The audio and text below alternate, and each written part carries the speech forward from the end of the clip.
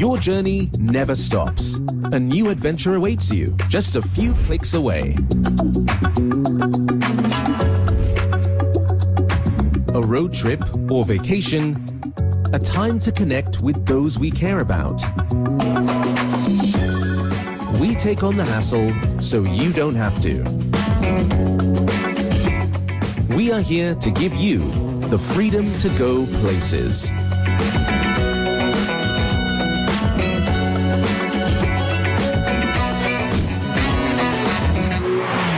WopeCar. Rent a car in a few clicks. Hi everyone, and you're welcome to yet another episode of WopeCar Talks, where we talk about all things good, crazy, and basically anything that takes us on a journey.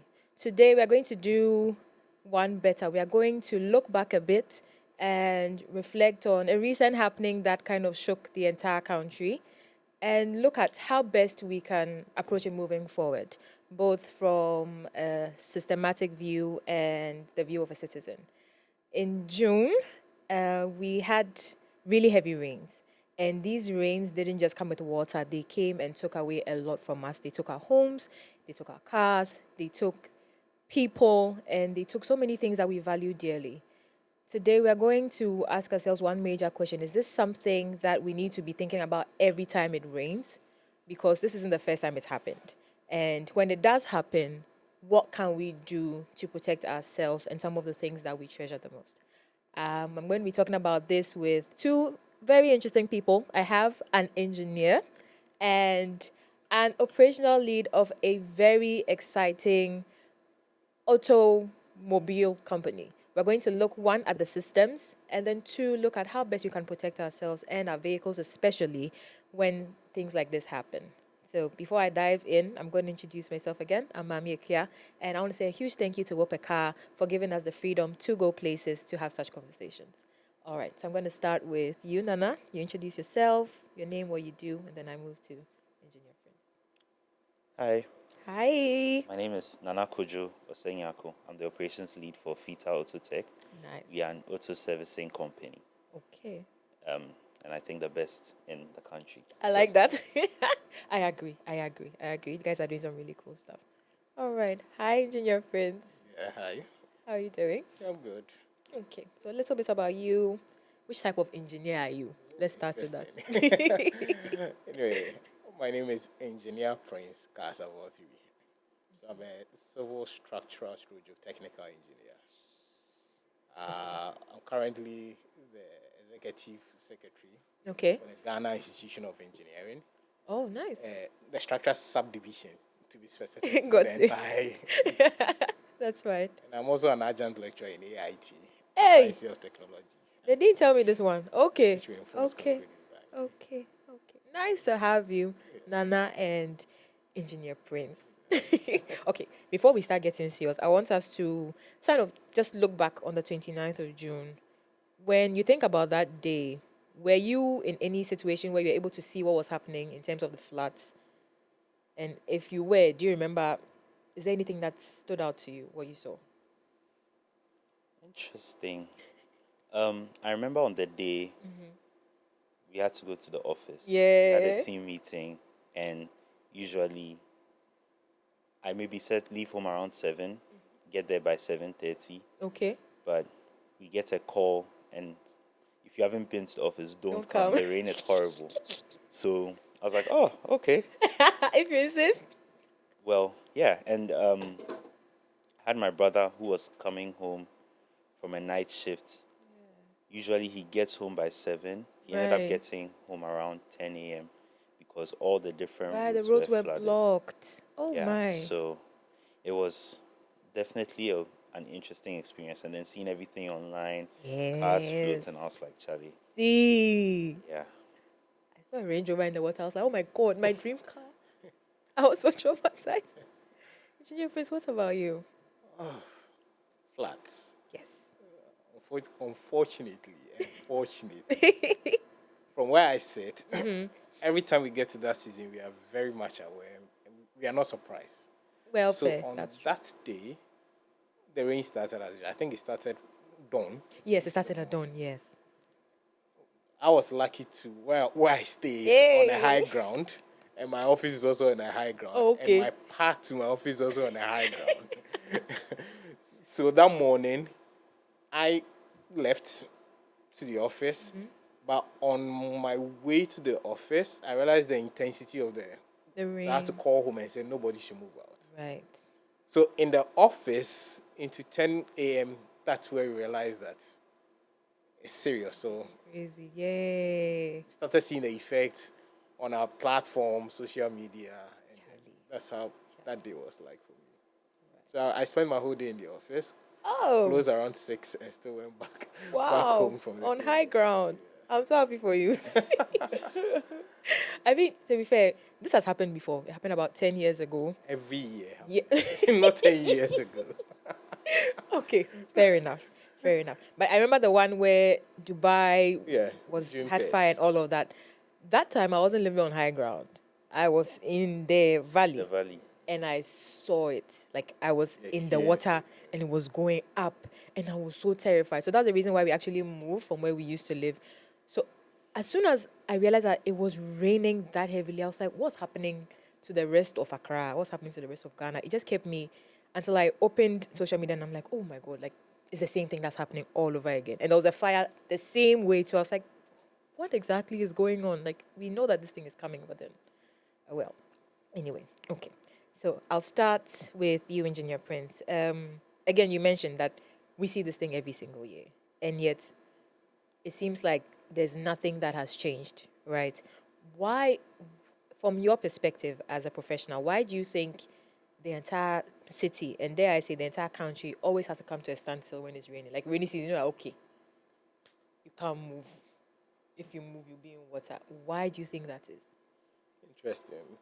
So I get these questions A lot. every time. What's want to know? What's to know? It's an exposure of how we are as a country, Right. our way of settling. That's Okay. one. Okay. Right. 2, our zoning practices in terms of enforcement. And 3, how Nana is shaking his head.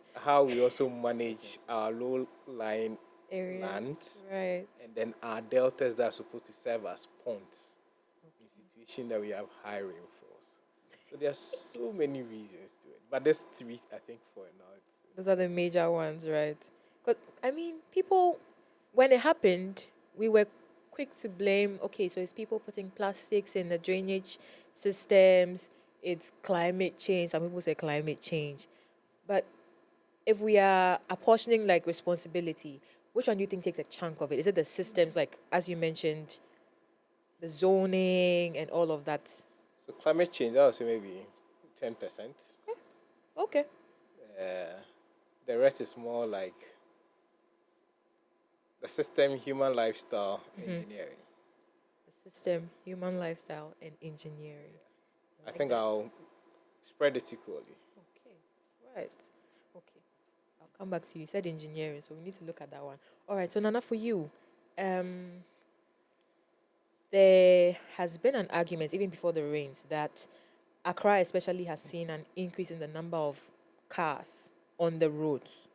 Now, would you say the existing system, road system that we have, or transport or drainage system that we have, cannot take that many cars? What do you think about that? Definitely, there's an overflow, There's an overflow. right? Population of Accra has increased significantly in the last decade, That is true. and which would mean there are more cars, there are more ride-hailing apps, Yes, actually. which, Yes. right? So all of these things are contributing, but you have, Yeah. for the most part, the same road network. So definitely things are interlinked, traffic gets worse, Yeah. and once again, like our engineer said, we settle. So I know, I'm not leaving the office at 5. That's true. I wait till I'll 7. wait till, yes. Right. So in our own small ways, I think we always find a way to adapt, Right, yeah. which Yep. might be causing more harm than good. So let's look at Fita, for example. I'm assuming that you had people come in after the rains. Not all the people live as on high much ground. as, I mean, well, some of our customers Right. did come because they had certain issues, but Okay. we weren't also saying, "Hey, if your car flooded, come to us." us. No, that wasn't I get wasn't that. our position, because that usually ends up causing more harm than And- good. Yeah. You don't know what has happened to the car, Mm-hmm. how the owner of the car took care of it. Say, oh, but I was working fine before Before I brought it, it's just a whole messy thing. So if you are a customer, you had flooding issues, we definitely serviced your car, or we will take a look at restoring it. But we also definitely had some new people discovering our service through the floods. But we weren't also like, oh, if you weren't trying to quote unquote exploit. Yeah, that's the people's situation. pain I get or- that. I yeah. get that. Okay, so for those who came and for those that you ran diagnostics, what was the prevalent issue with the vehicles? So the thing about cars is cars are always wearing and tearing. So there's always a pending issue. Right. The flood may expose some of these things or rough roads, but essentially every time you have a problem, we probably would have identified it a while back, right? Okay. Because it's a mechanical system and electrical system. There are always things that would need to be replaced. But for most people, because of the flooding, they had suspension issues, Okay, suspension right? So they'll need to get their suspensions changed. changed. Okay. We didn't have anyone with an engine problem because most people took good care of. You don't. Yeah, you don't. I mean, they knew that. Okay, stop the car and just leave. Okay. Right. Okay. I think they were more. Right, into the Yeah. car first aid. Okay. Yeah. They were more aware of like things they should never do. So we didn't have any issues with no engine issue we've dealt with was because of the flood. Okay. Right. Yeah, I think mostly suspension. Mostly Suspension issue. and maybe water and mixing with like brake fluids and stuff, but Right. nothing crazy. Okay. Right. At Fita, we call those type of services red services, where it's like, Charlie, you have to That's bring the intense, car back yeah. to life. Yeah. So no red service from floods. Interesting. Okay, so picking from what you said, that means one of the major mistakes some people do is to start the car, like when their car is affected by flood, Yes. starting it. Don't try that. That's a bad idea. Try. You don't start the car or Right. actually do anything to the car till you have a mechanic come and take a look at it. Okay. Yes. Wow. Okay. All right. I think I have learned something, to be fair.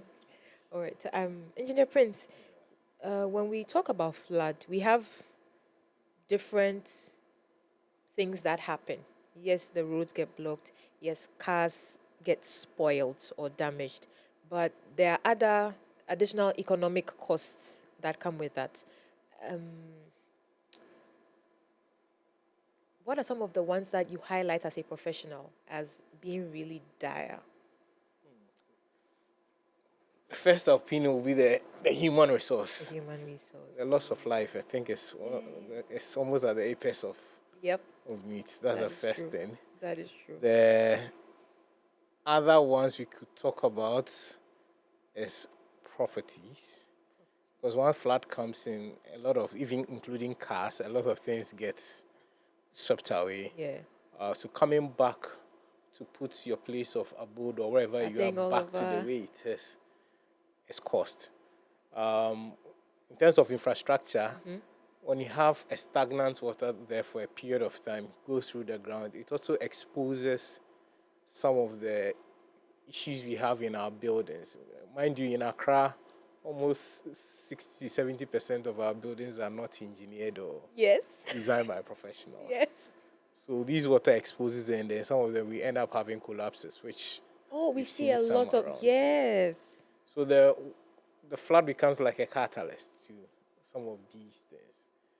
Now, on the broader economic aspects, health-wise, yes, once you have stagnant, the Like mosquito. liquid waste, Yeah. solid waste all mixed with it, Yep. and then we end up, how many of us are able to incinerate or do disinfection true. Yeah, in our homes before we that's resume very back to true. our things? That's very So that also leads to an outbreak of cholera, for example, or other health issues that's also another aspect of it, which are all this cost.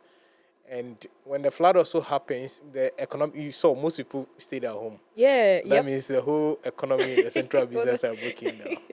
That's also That's another true. aspect. So it's a big thing. When flood comes, it affects almost everything. I mean, I saw the buildings coming down and all of that, but I didn't relate it to maybe I'm right, but I didn't relate it to the immediate rainfall. I just thought, as usual, we know that people don't mix the cement things right. They mess things up, and then probably an extensive wind or something comes and then brings it down. But then now you're talking from the geotechnical point of view, right? How the Yes. water changes the composition. And that's a very interesting one. Hey, Charlie. I, I, I, I feel like nowadays real estate is even scary. Yeah. Because if you're moving to a new building, you don't know how it's been built. You don't know what's going to react to it and cause this. Actually, you're supposed to know. Yeah, but they don't tell us. So I think most of them is almost about education. Yes. So, for example, you're going to buy a house in a real estate. The first thing you must request is an as-built drawings. Okay. Then once you get those drawings, you personally need to engage a civil engineer or a structural engineer to come and do what we call a structural integrity on the building. To ascertain that the document they've given to you, Is what in they have line with what is- provided, matches in terms of quality and in terms of before you make payment of it. Then you have a fair idea, or you know what you are buying for. So these are some of the Wow. When I was moving, I didn't think about all these things, I promise. It didn't even come to mind. I'm like, yes, is but there I space? must admit that unfortunately in our part of the country, Yeah. when demand is high Yes, and the supply is low, like Yes. in basic economics, that's true. if you don't get a place of abode closer to where you work, Yep. if that's the only available infrastructure for you, You just human rush and tendency, take it. you rush Yes. and take it. That's interesting. Wow. Okay. All right. So we're moving on to a little myth busting session. There are four. I'm gonna do two. So true or false. So now I'll start with you. The first one is, if another car made it through, yours probably can. Serious, serious false. Very dangerous false. My God. I mean, I've seen cars topple over and I'm like, why? Who sent you? Anyway, okay. So number two, SUVs are flood proof. Serious false. Really? Yeah. I was talking with a friend recently. He's like, he's getting an SUV just because of the rains, because he knows that it's gonna. They are better Okay. for sure, Right. but they are not flood proof. Okay. So there's something called the intake level, Okay. which is at what height of water would Right.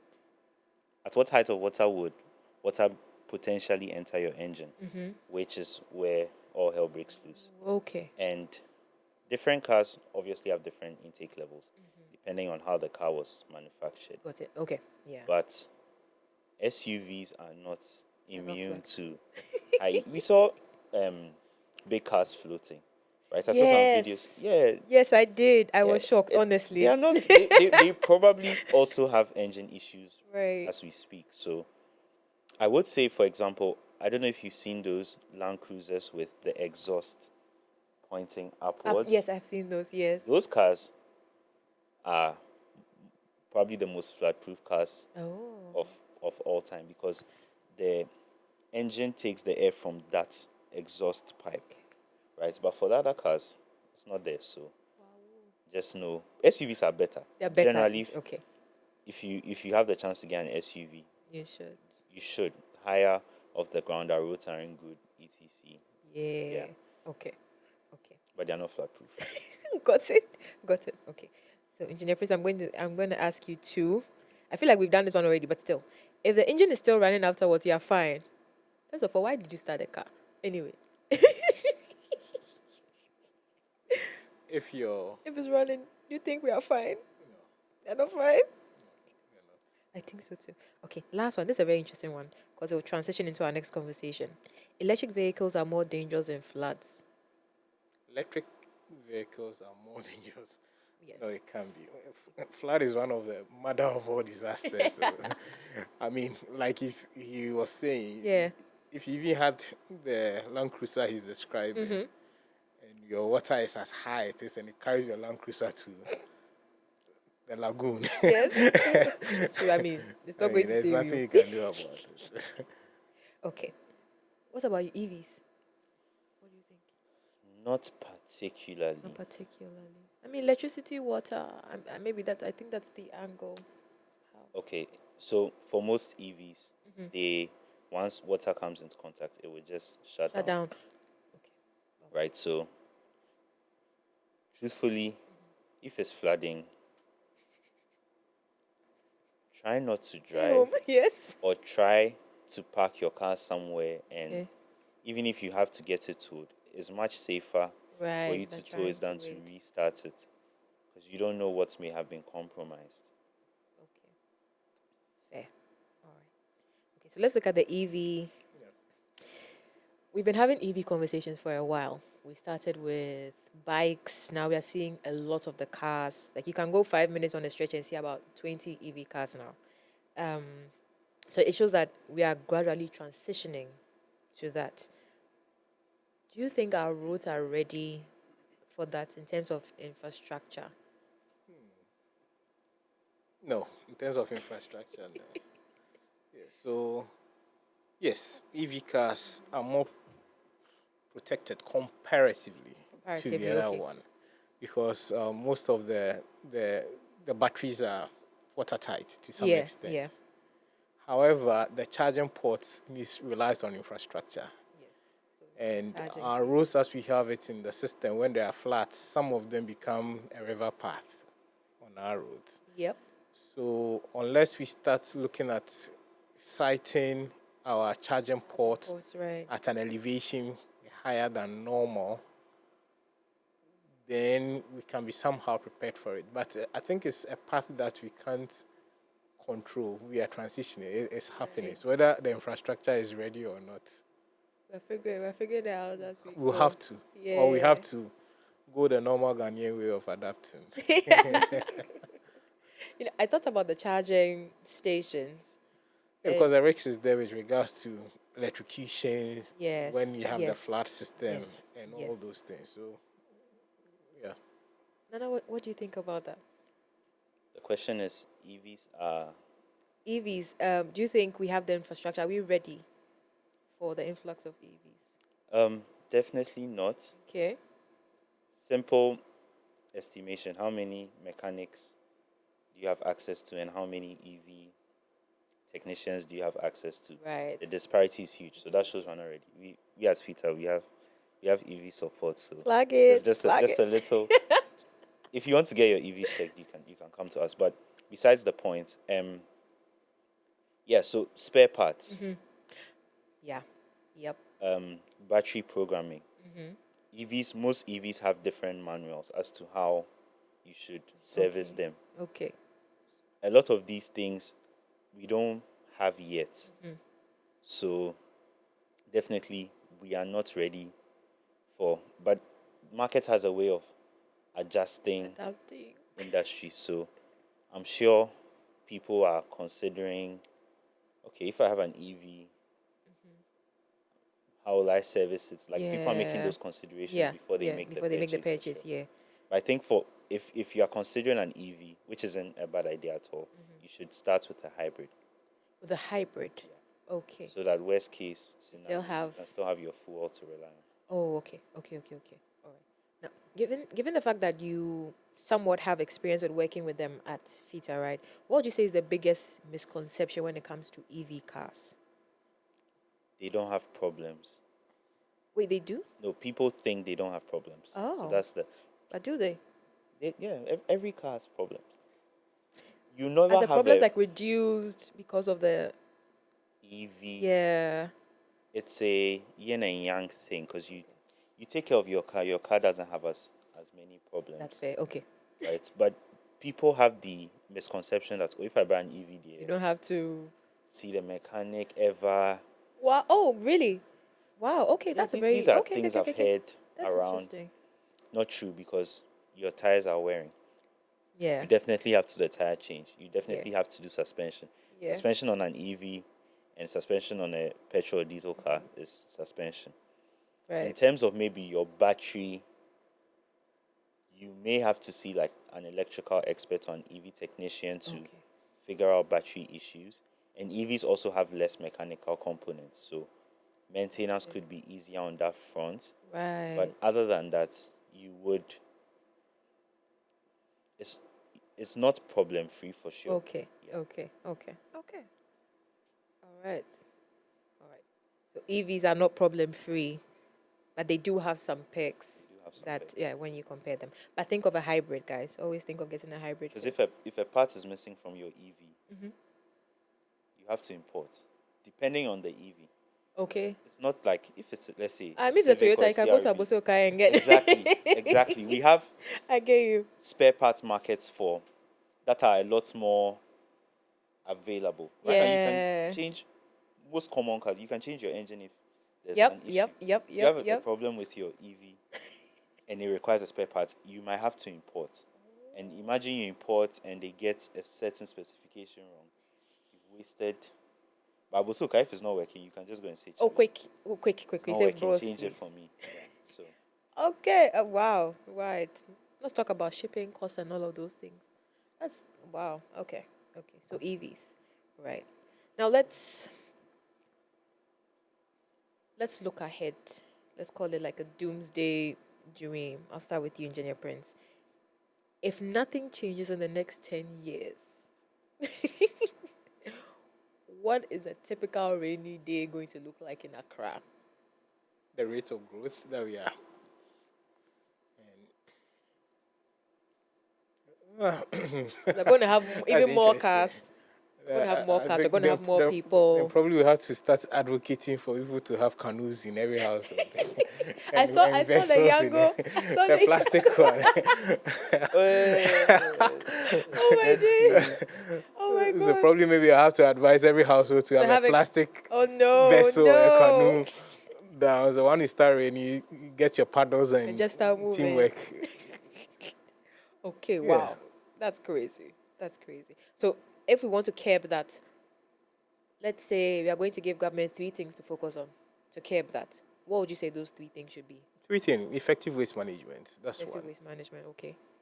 By effective waste management, I mean our current waste practices regime we have is not something that is sustainable. Mm-hmm. Probably we can adopt the British system that we look at the council taxes. So the assemblies have always been complaining about revenue, how they are not able to get property taxes. So we can have a proper spatial planning to zone our areas. Mm-hmm. Then all these houses are tied to the assemblies. They will have a monthly tax they take, and the assemblies will be responsible for picking waste in all the households within their catchment area, and they must be mandated to manage those waste. Okay. If people know that automatically, once you rent, you get to pay tax to the assembly, and it's consistent. Nobody going to refuse out or anything because you pick free. It's going to be picked, So yeah. the British system is something we can emulate with regards to the first point. Okay. The second point I would like to say, we should start relooking at our zoning system, both incoming development and existing development. Right. Where we should shy away from concreting and bitumen, like hard surface Yes, that hard water does surfaces, not yeah. retain. Interesting. Our law says that if you have, let's say, one plot of land, 70 by 100, that's like 21 meters by 33 meters. That's right. It says you can only pave the area between 40 to 60%, which means your Means you house need to- and your car park should be Should be the only 40% paved. of the land. Wow. The rest should be That should be green. green. Cannot be So Accra. once it rains, your roof must fall into your environment. Right, The and water then must fall into your environment and must percolate into the ground. And only small should run off. Right. So we should start thinking there are even pavement blocks Yep. that allows water Yep, to to go permeate, through. So yeah. we can stop with the concreting. We can go back to our laws and enforce and give a grace period that people have to enforce it. That's on the other side of it. And then the new developments, the law should be strictly enforced. And That's on the zoning plan. The Then the zoning plan, immediate yeah. one is all our water retention from Sakumono, Chemu, Kole, Ole. then the Densu Delta on the Kas-Avotri stretch. Right. We should reclaim all those lowlands. Not just to go and break houses, we should reclaim it and bring it back to its original purpose. Right. To serve as a water retention areas. And when it rains, the water can build up there. So when you have high tides, it will remain there. Once you have low tides, it will gradually flow into the sea. So these are the three immediate things that we can start looking at. And I think there are things that are within our grasp. Within our grasp, the first one you mentioned had to do with waste management. Yeah. So, after the rain, we had a 2-day national cleanup, right? What are your thoughts on that? Do you think it's something that should be done consistently? And if so, do you think it's going to help?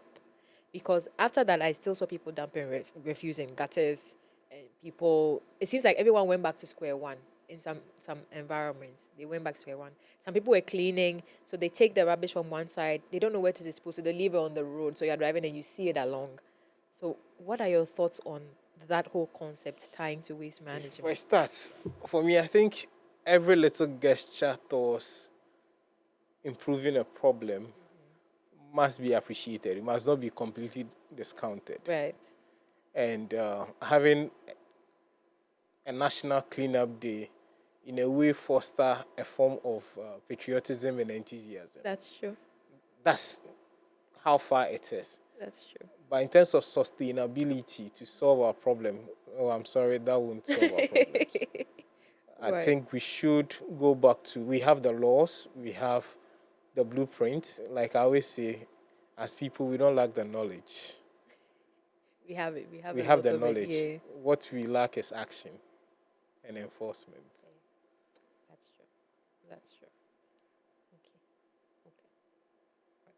So, Nana, what are your 3 improvement areas that you think we can focus on if we want to alter the story for the next decade?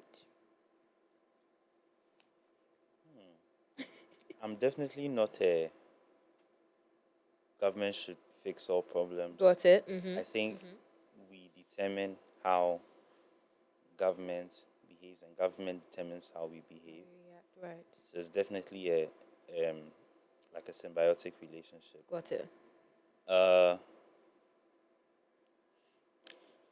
Maybe a bit unpopular, but we need actual consequence. I think that's I get the what you only mean. thing that really changes I get what you mean. behavior. If you do this and this, This is what's going to happen. there's actual consequence, not you can pay your way through. Right. Like if building permits are actually enforced, sometimes you see, like I live in North Kaneshi. North Kaneshi is supposed to be residential, but now there are high rises. Yeah. It makes no sense. And there's industrial area right next to North Kaneshi, Yeah. so why don't you So why don't you just build there?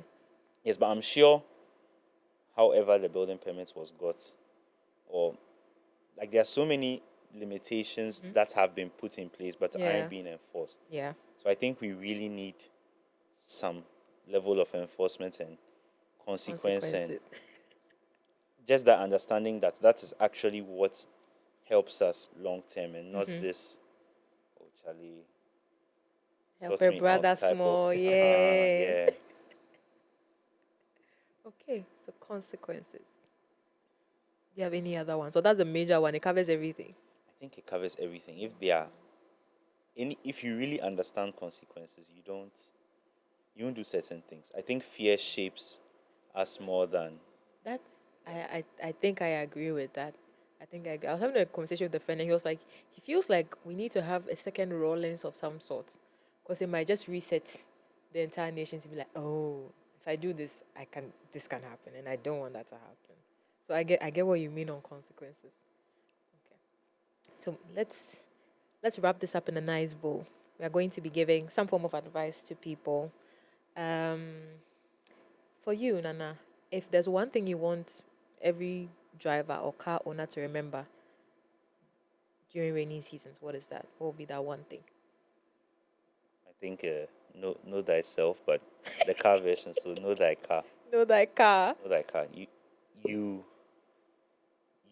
maybe you are suspecting something is off, or you know where you live, lowland. You know you use a saloon car or whatever the case may be. Just if it's raining, adjust, right? If you can taxi or Uber, because Charlie, this rain there, you probably should. Yeah, just for safety. And then if it's heavy, get out of the car. Try not to move the car. But yeah, I think most people know their cars, and they start suspecting, oh, maybe this might be off, this might be off. Flooding is not the time to, or heavy rainfall is not the time to test and see the limits of your. No. It's not worth it. Oh my God, it's not worth it. It's not worth it. Know thy car. I love it so much. Junior Prince. Yes. What's one advice you would give to people to consider during the rainy season, especially drivers? During the rainy season, especially Yes. drivers. Once the rain goes beyond 3 years, I think we should. No, once the rain goes beyond 3 hours. 3 hours, okay. Intensity goes beyond 3 hours. Okay, intensity.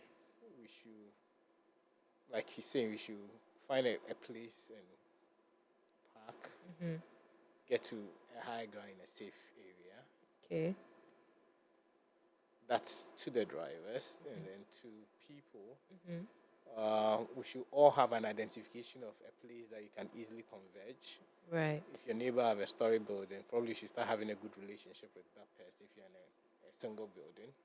So once it starts and you start raising to your knee level, don't wait it out. Okay. Move and go to a higher ground and a safer place. Okay. That's what I can say. Now let's do one more from you, from the structural geotechnical point of view. Yes. One advice. Should I say to other professionals? Yeah. One advice to other Fortunately, I professionals. can't be like you to even advertise myself. Otherwise, so my license That will we be should come stripped. to Otherwise, Oh my my license will God. be stripped. Fair. So, it's cheaper to get a professional to develop your property Okay. than the society or the myth that is out That's there. around, yeah. A professional cannot charge you more than the approved rates stated by law. And Right. a group of them. Right. So the charges between the design to supervision to the completion is most likely not exceed 16.5% Okay. of the total cost. Okay. And that does not go to only me as an engineer. Right. It goes to all the other professionals, an architect, a plumbing, a mechanical engineer. So you have a functioning building that can withstand. Because every building that is designed by a professional is supposed to withstand All the elements. flats. Yeah. Yes. extreme weather conditions. That's the advice I can give in terms of education out there. And to some of us that are also going to buy properties, like I said, get an integrity done, request for as-built drawings, request for quality of materials that were provided to you. Once you have them, have it verified. Verified by a professional. Documented by a professional and documented down. Okay. So, as-built drawings, basically talking to a professional for everything and thinking about it as a worthy long-term investment, not like you're looking for an immediate benefit. All right. Thank you so much, Engineer Prince. And thank you so much, It's my Nana. pleasure. I think I've learned more than I anticipated, and I've found out things that I feel like I should have known, like don't start your car. So I would say thank you very much. I'm hoping that everyone has picked a thing or two, especially the not starting your car if it's been through the floodwaters. And even if you are renting, make sure that you speak to a professional to understand the state of the building that you are going to be choosing, because it's not just finding accommodation. It's looking at your entire life in general, thinking about your health and the health of your family members as well. So once again, I want to thank both of you for joining us to have this conversation. If you learned a thing or two, don't forget to share with your friends, subscribe to all our channels, our social media platforms as well, and look forward to the next one. I don't know what the topic is going to be, but I'm excited about it already. From WopeCar, and I want to wish you a great rest of the day, great rest of the week, and an awesome month whenever you're listening to this. Take care, everyone.